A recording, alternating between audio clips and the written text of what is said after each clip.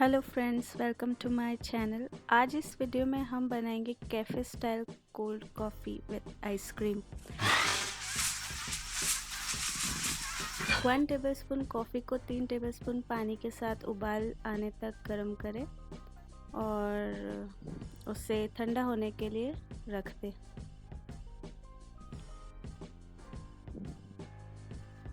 यहाँ पर आप क्वांटिटी चेंज भी कर सकते हैं। अगर आपको स्ट्रॉन्ग कॉफ़ी पसंद है तो आप ज़्यादा कॉफ़ी डालिए।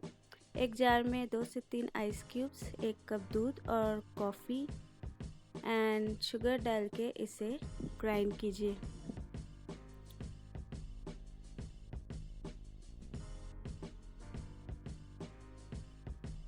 एक ग्लास में पोर कीजिए और वनीला आइसक्रीम के साथ सर्व करिए। Thanks for watching guys.